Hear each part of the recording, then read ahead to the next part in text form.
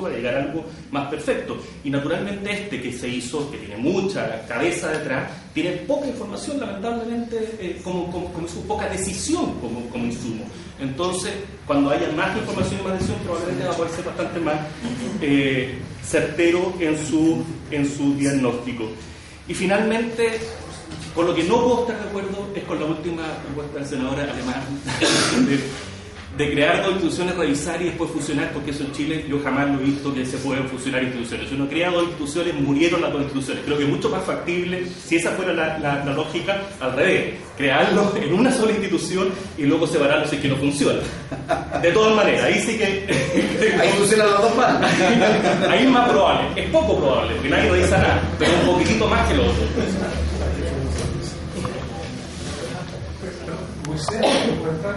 Sí. Bueno, bastante rápido. Un poco sobre las pymes, el rol de la sociedad civil. Yo creo que la sociedad civil tiene un rol articulador, no es un técnico, no somos ingenieros, especialistas en la materia, no podemos decir cuál es el modelo científicamente y matemáticamente más perfecto para regular esto. Solamente podemos aportar generando capacidades, que la gente conozca sus derechos, de que sepa quién puede reclamar y quién puede recurrir. Y en esa línea creo que es muy importante establecer reglas del juego bastante claras. Uno de los grandes problemas que tuvo la ley, el régimen de transparencia hasta antes de la ley de acceso últimamente aprobada, fue justamente que establecía sistemas engorrosos y complicados para el reclamo que al final del día te llevan a tribunales. Y sería tremendamente una pérdida que el mecanismo que se defina para regular el sistema de datos termine generando un dilema a los ciudadanos respecto primero de a quién recurrir y dónde enfrentarse y defenderse. Porque claramente, y esto creo que a nadie le va a quedar ninguna duda de que puede ser así, si hay dos instituciones que ven temas que están conexos y relacionados, naturalmente los litigantes van a buscar la jurisdicción o la competencia que más le convenga a su pretensión, para buscar decisiones contradictorias, digamos. Y en esa línea eso puede conducir a la indefensión del ciudadano, lo mismo que decía el diputado de Vox, en el sentido de que aquel que protege a las personas es la práctica, al tener la función de ponderación separada podría conducir a que el ciudadano en la práctica sería desprotegido sus derechos. ¿Y qué sucedería? Que eso al final estaría siendo decidido por los tribunales de justicia. Y yo me pregunto cuál sería la opinión de la Corte Suprema cuando tenga que informar de este proyecto, donde consistentemente lo que ha dicho la Corte Suprema, señores, no nos tapen más que la administración resuelva sus problemas. Tenemos más de 200 procedimientos administrativos que resolvemos a nivel del Tribunal de Justicia. No queremos más procedimientos administrativos. Yo creo que un modelo de política pública tiene que ser autocontenido y autosuficiente en el sentido de resolver los problemas y no colocar al final del día como pináculo de la decisión a los tribunales de justicia, que eso sea el efecto marginal en los casos más emblemáticos. Mi preocupación está en que tal vez la mirada que se le está dando a esto es esencialmente desde el punto de vista del funcionamiento, de la eficiencia, y yo estoy claro en que todo el tema de regulación es extremadamente complejo, es delicado, pero hay una función de ponderación que no puede ser separada. Y ahí yo quiero decir que esa es la convicción que tenemos en nuestra institución, porque lo que hemos visto es que en la práctica, y esto se ha dado como constante en toda Latinoamérica, la gran parte de los casos que están vinculados a transparencia, al final del día, tienen que conectarse con lo que es los derechos de los terceros, secretos comerciales, industriales, protección de datos, etcétera, y toda una larga lista. Si es que tenemos dos instituciones, ¿cómo va a quedar afectado o no esa función de ponderación? Es mi pregunta, ¿ya? Y en ese sentido yo le hago el desafío también a los ingenieros de buscar modelos que tal vez puedan buscar una disociación entre el modelo de la función de regulación, de la de ponderación, y tal vez buscar modelos mixtos, o sea, porque tenemos que apostar una regla tan de blanco-negro. Y eso lo dejo más bien para la creatividad. Gracias. Sí. Quiero hacer cargo de lo que decía Andrés sobre los ingenieros. Me imaginaba que estamos saliendo violito. Quiero defender a mis colegas. No, a ver, respecto al tema del modelamiento, yo creo que cualquier modelo tiene que considerar algunos elementos importantes, como son cuáles son las condiciones de borde. De hecho, el modelo que se hizo en el estudio tomó como condición de borde que esto estaba en una institucionalidad. Por lo tanto, Si el modelo no lo considera, quiere decir que fue mal hecho el modelo, aplicado como metodología. Y el segundo elemento es cuál es la capacidad de escalamiento que tiene ese modelo. Pues las cosas no escalan al infinito.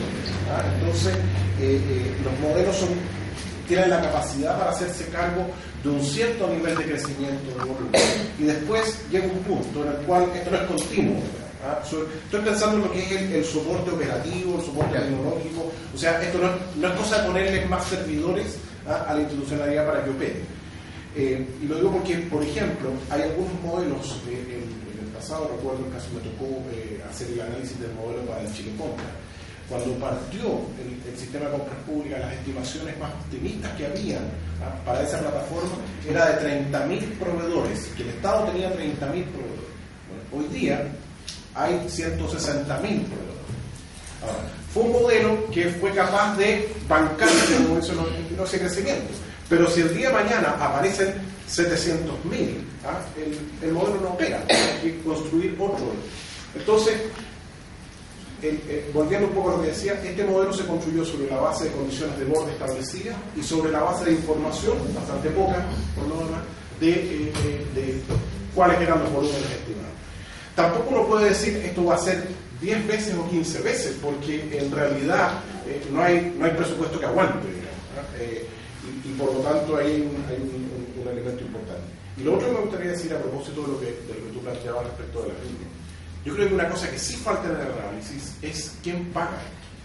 Estoy pensando en el mundo de la pequeña y mediana empresa, porque todo este modelo en el cual se registran las bases de datos, para que un banco, una institución financiera o Almacenes París mande y esté permanentemente actualizando los registros de datos, no le va a hacer el cambio, digamos, en el modo online de su. Pero sí, en una pequeña pyme, pensemos por ejemplo en un pequeño call center que va a estar regulado por esto y por lo tanto va a tener que permanentemente estar actualizando esta información en el registro. Y por lo tanto, que él no lo tiene incorporado en su modelo de negocio. Entonces ahí hay una pregunta importante a cómo va a impactar esto a industrias que manejan datos más allá de los grandes operadores de datos. A ver, yo voy a insistir en lo que planteaba, en el sentido de que la estructura, que en materia de este encuentro, debe ser consecuencia de un debate mucho más profundo. Y hoy día estamos analizando esto en función del proyecto de ley que le establece la obligación al Consejo de Transparencia. Pero la definición que tenemos que tomar como país, con un diagnóstico claro de que la actual ley es mala, es cuál va a ser el modelo que vamos a incluir. Definido eso, vamos a poder, para los ingenieros, eventualmente cuantificar la demanda, porque va a depender si nosotros vamos a escribir un derecho que va a ser mucho más profundo o más lineal. Si logramos nosotros tener claridad respecto de cuál es ese modelo, vamos a saber cuál es la demanda. Si sabemos cuál es la demanda, podemos crear una institucionalidad que sea ad hoc a ella. Me preocupa que se discuta con anterioridad a la institucionalidad. Yo creo que el proyecto de ley que está en el Congreso, como lo dije en la comisión hace unas semanas atrás, no es apropiado en función de que no hay un debate profundo respecto a esto. Pero me preocupa también, como señalaba, que de repente lo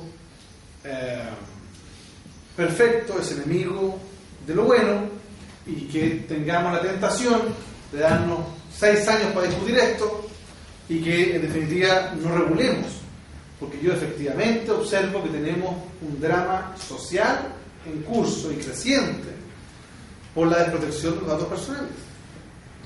O sea, si nosotros no somos capaces de establecer prontamente una regulación, vamos a tener un problema social de proporciones, y vamos a tener gente reclamando probablemente desde la ignorancia